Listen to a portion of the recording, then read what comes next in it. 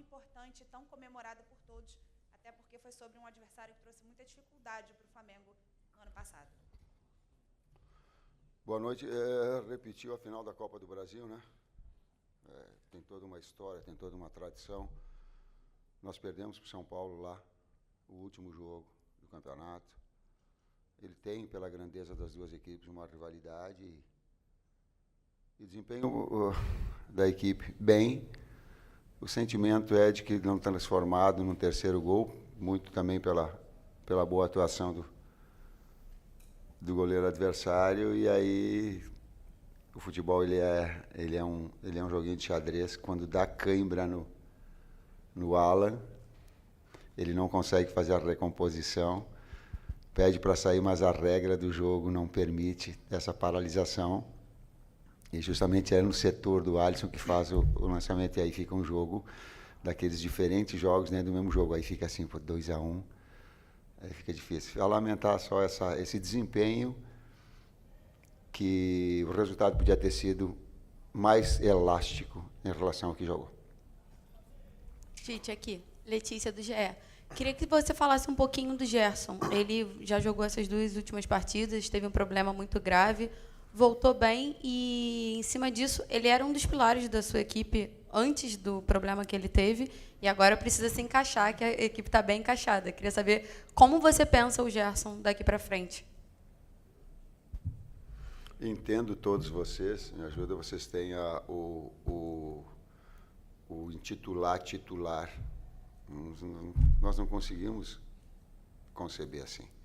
São todos atletas de alto nível. O Gerson, felizmente, ele está com saúde.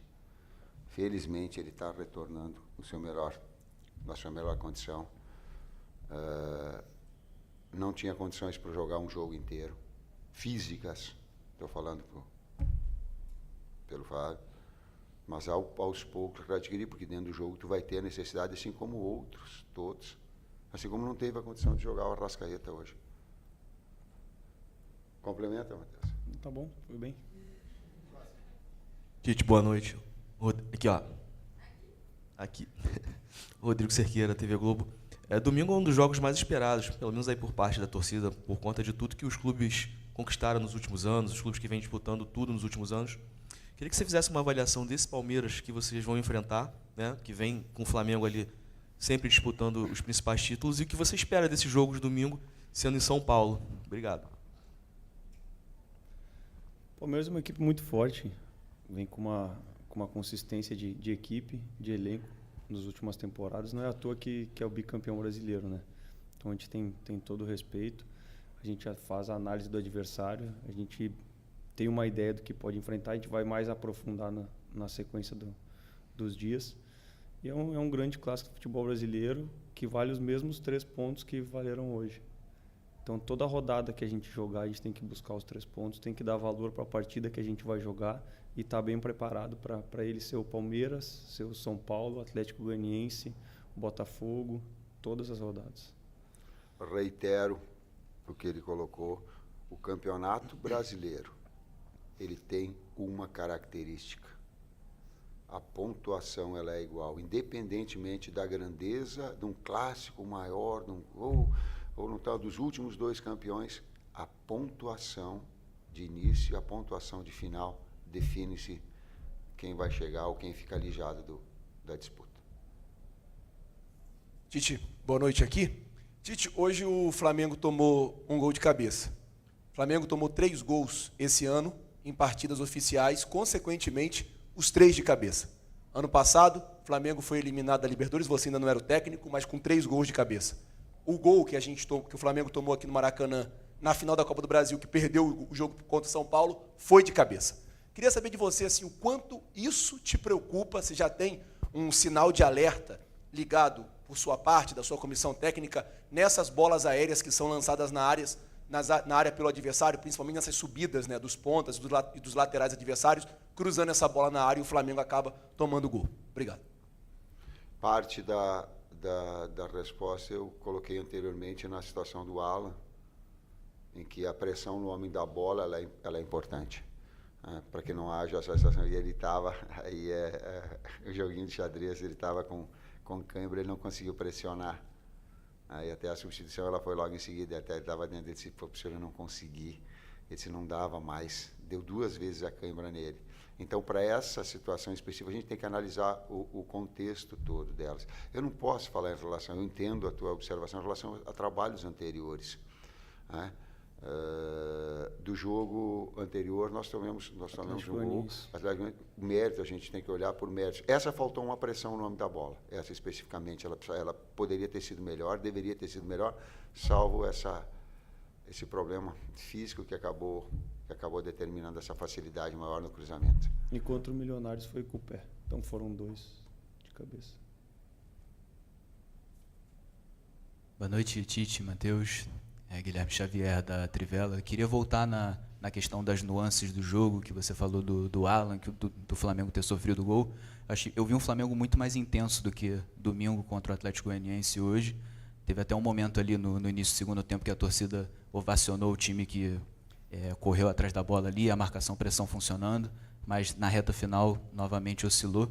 Queria perguntar para você se você acha que o time oscilou ali naquela reta final por conta do desgaste físico, ou se foram as alterações, o que você acha com relação a isso? Existe um jogo de futebol que ele é um jogo mental e que confiança ela acaba gerando. E se vocês olharem todos os jogos, ele tem esses componentes. Todos. Fases, quando eu falo jogos dentro do mesmo jogo, são fases que tem. Nós estávamos muito perto de fazer o terceiro. Aí tu toma o segundo, fica um pouquinho para jogar. Depois retomou de novo, nós estávamos muito perto de fazer o terceiro. Saiu na cara do gol o Eric.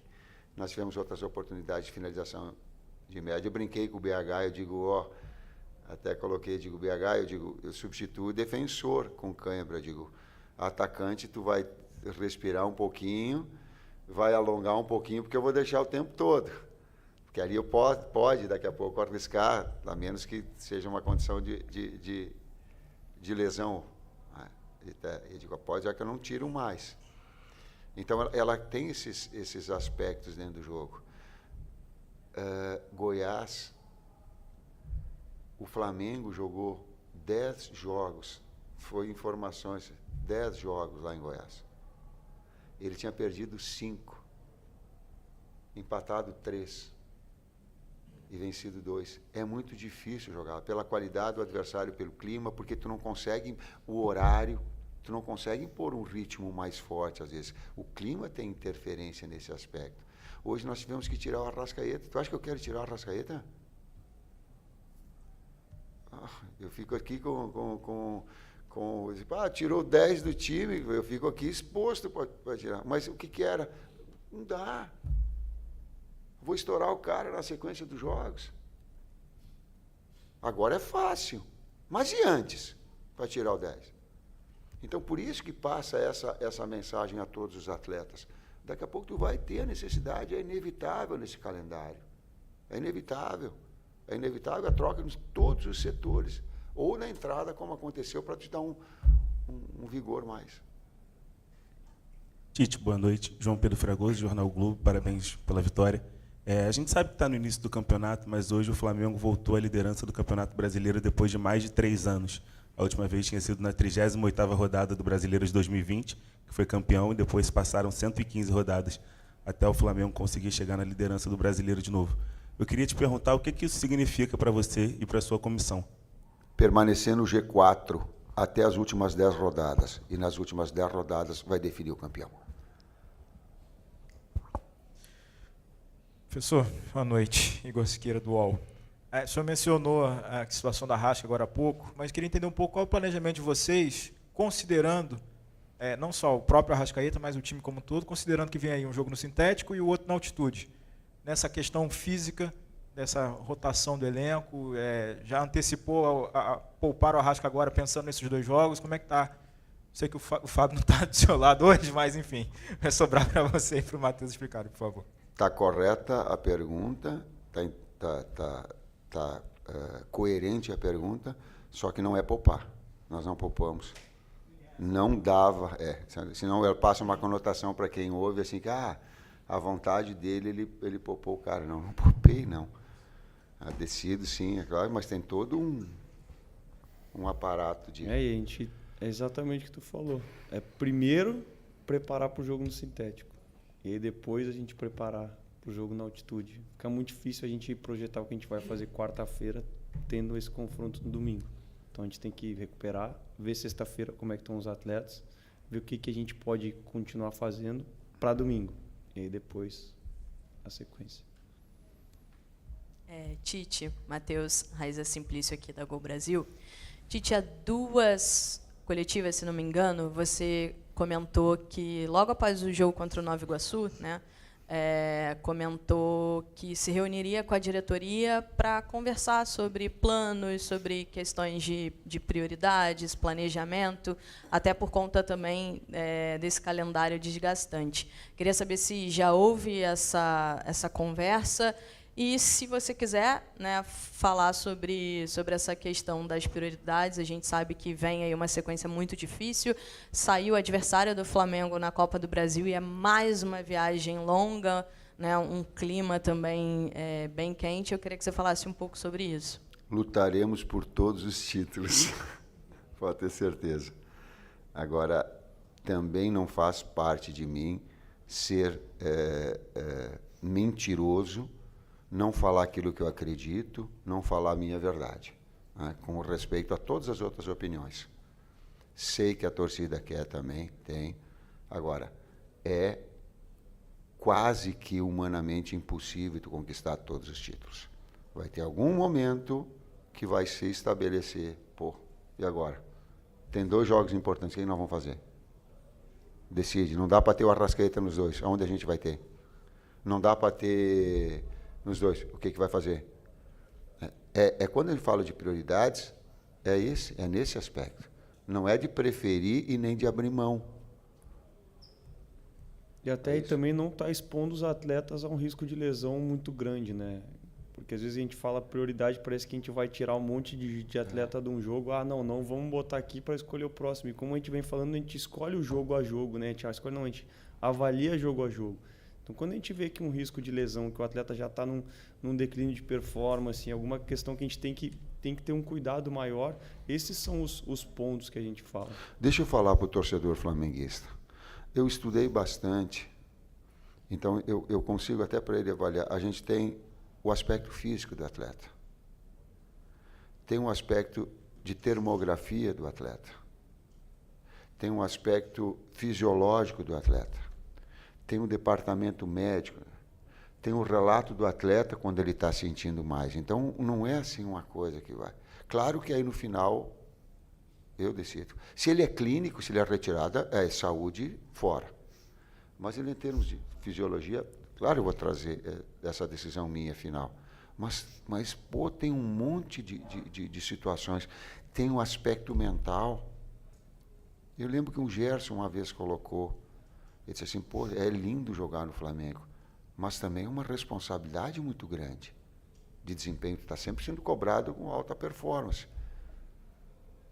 Então, quando a gente faz isso para o torcedor compreender, não é, vontade, acordou e disse, tem que segurar o cara. Tá? Não, a gente procura cientificamente, volto a dizer, cientificamente, a análise para que a gente possa tomar essa decisão. Professor Tite, boa noite. Matheus, parabéns pela vitória. Eu sou Bruno Vilafranca, do SBT. Eu queria que vocês falassem, ou um de vocês falasse, sobre o setor defensivo do Flamengo. Né? A gente sabe que o setor defensivo começa lá no Pedro, ou em quem estiver lá no lugar do Pedro. E a gente está vendo que, por mais que o Flamengo tenha sofrido um gol hoje, o Flamengo tem sofrido muito poucos gols durante o que aconteceu esse ano. Então, eu queria que vocês avaliassem, independente do gol sofrido hoje, se está dentro daquilo que vocês imaginavam, se por conta desses últimos gols sofridos nessas últimas partidas, né, Milionários, Atlético Goianiense e agora o São Paulo, se tem alguma coisa para rever. Imagino que sempre tenha algo, mas, enfim, se mudou alguma coisa. Então, gostaria que vocês dessem uma palavrinha a respeito desse sistema defensivo do Flamengo. Obrigado e parabéns. Sistema num todo, a equipe se defende e a equipe ataca. Pega os últimos, talvez, 6 trabalhos aqui e vocês vão ver que nós temos uma média de 2 gols. A melhor média, se não a melhor, uma das 2 melhores médias de gols feitos. E se tu pegar os gols sofridos, tu vai pegar e ver com certeza que é a menor média. O que isso gera? Isso gera equilíbrio. Uma equipe que ela está na fase defensiva consistência e ela é agressiva. Aliás, nós somos muito verticais, a gente não trabalha a bola um pouquinho para o lado, mas a primeira opção é vertical. Aí não deu, tu trabalha. Então, esse ponto de equilíbrio ele é fundamental. Hoje, eu fiquei chateado do gol ter tomado, porque eu não me lembro, a não ser uma bola que abafou do Rossi, que ela pipocou, que ele saiu importante, ele está concentrado. Ele fez, demais eu não consigo lembrar uma defesa que ele fez. Então, o resultado poderia ter sido mais elástico em relação a isso. O Rafael fez duas grandes defesas, 2, 3. E é legal também falar que o sistema defensivo também vai variar da característica do jogo. Hoje o adversário tentou propor, o nosso sistema defensivo que tomou uma ou duas finalizações, acho que roubou 5, 6, 7, talvez mais bolas só no segundo tempo no campo adversário, gerando situação de gol.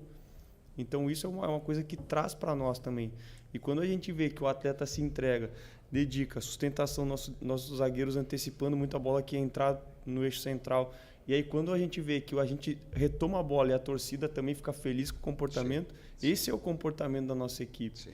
Muitas vezes a característica do jogo vai tirar um pouco desse nosso comportamento, porque muita gente vai falar, pô, os caras estão roubando bola na frente, não vamos ficar tentando trabalhar atrás. Então é a gente conseguir se moldar e se adaptar com a característica do jogo também. E sempre analisar os gols que a gente te leva e tentar corrigir. Os atletas sentiram o carinho do torcedor quando fez. Eles sentiram. Pode ter certeza. O torcedor, a gente fala, eu sei que vocês falam assim, eu estou falando para a torcida do Flamengo. Eles sentem o carinho quando tem esse comportamento. Vamos para as últimas duas aqui. Boa noite, professor Tite. Boa noite, Matheus. Sou Bruno Castanha. Você falou muito bem, né, cara, do controle que o Flamengo tinha sobre o jogo, poderia ter até ampliado, acabou de falar que pouco sofreu. E aí eu queria falar um pouquinho sobre as substituições, né, que você fez. Hoje, primeiro, você chamou o Carlinhos e aí depois desistiu. Queria que você falasse por que, né, que você trocou. E também fez 4 substituições, acabou, né, um ficando ali, numa sequência de jogos desse, também a pressão no final. Gostaria de saber também as substituições, a ideia que você teve. Obrigado. Fábio Maceredi, antes de começar o jogo, ele dá um relato daqueles atletas que possivelmente possam ser substituídos em termos físicos. Um deles era o Pedro. Quando eu chamo o 2, o Pedro olha para mim e diz, como é que está, Pedro? Ele diz, eu estou bem. O relato do atleta continua. O Nico era um outro que já estava com essa substituição marcada. Adutor. Ayrton Lucas, eu pedi para ele do lado, Ayrton, eu vou precisar de ti até o final do jogo. Eu digo, sustenta um pouquinho por trás, deixa a BH, deixa o homem da frente, porque eu vou precisar do final do jogo. E o Alan e o BH foi cãibra, né, cara? Os dois tiveram cãibra e pediram para trocar. E aí, quando a gente perde a primeira substituição no primeiro tempo, com acho que 10, 11 minutos, aí a gente fica muito atrelado ao que a gente vai fazer no segundo tempo, porque a gente tinha 4 mexidas mais 2 paradas. Então a gente estava num dilema de mexer na equipe que estava bem, que estava produzindo bem, e não pelo desgaste, porque se eles não pedissem, acredito que a gente aguardaria um pouquinho mais para ter essa última mexida, para ver o que a gente poderia ajudar a equipe, que é o que a gente leva. Então foram algumas mudanças um pouco circunstanciais também. Última. Boa noite, Tite. Boa noite, Matheus. Parabéns pela vitória. Tite, eu queria que você falasse sobre o início de campeonato do De La Cruz, né? O Nico, que em 2 jogos tem 2 gols e 1 assistência. Hoje ele jogou um pouquinho mais avançado por conta da ausência do Arrascaeta e tomou conta do meio-campo.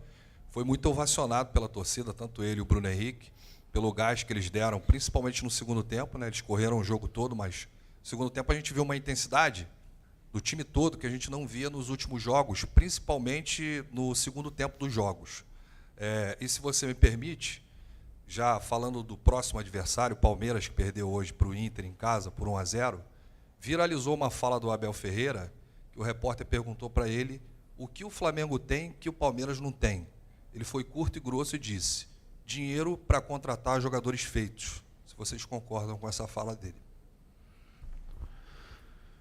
Eu entendo, eu pego essa segunda parte, eu entendo a tua observação em relação ao Abel, mas eu tenho que ver o contexto dela toda, senão fica. E eu tenho muito respeito pelo Abel, muito, muito. Então, primeiro, para fazer uma análise, eu tenho um contexto todo. Mas eu posso falar, Bruno, aquilo que nós conversamos, né? Isso eu posso falar, que os orçamentos do Flamengo existem 5 iguais, né? 6 iguais de investimento. 6. E da primeira parte, é a mesma coisa que eu respondi antes. Depende muito de como o adversário vai jogar. O primeiro tempo, o São Paulo, ele apostou muito mais em bola longa no Caleri.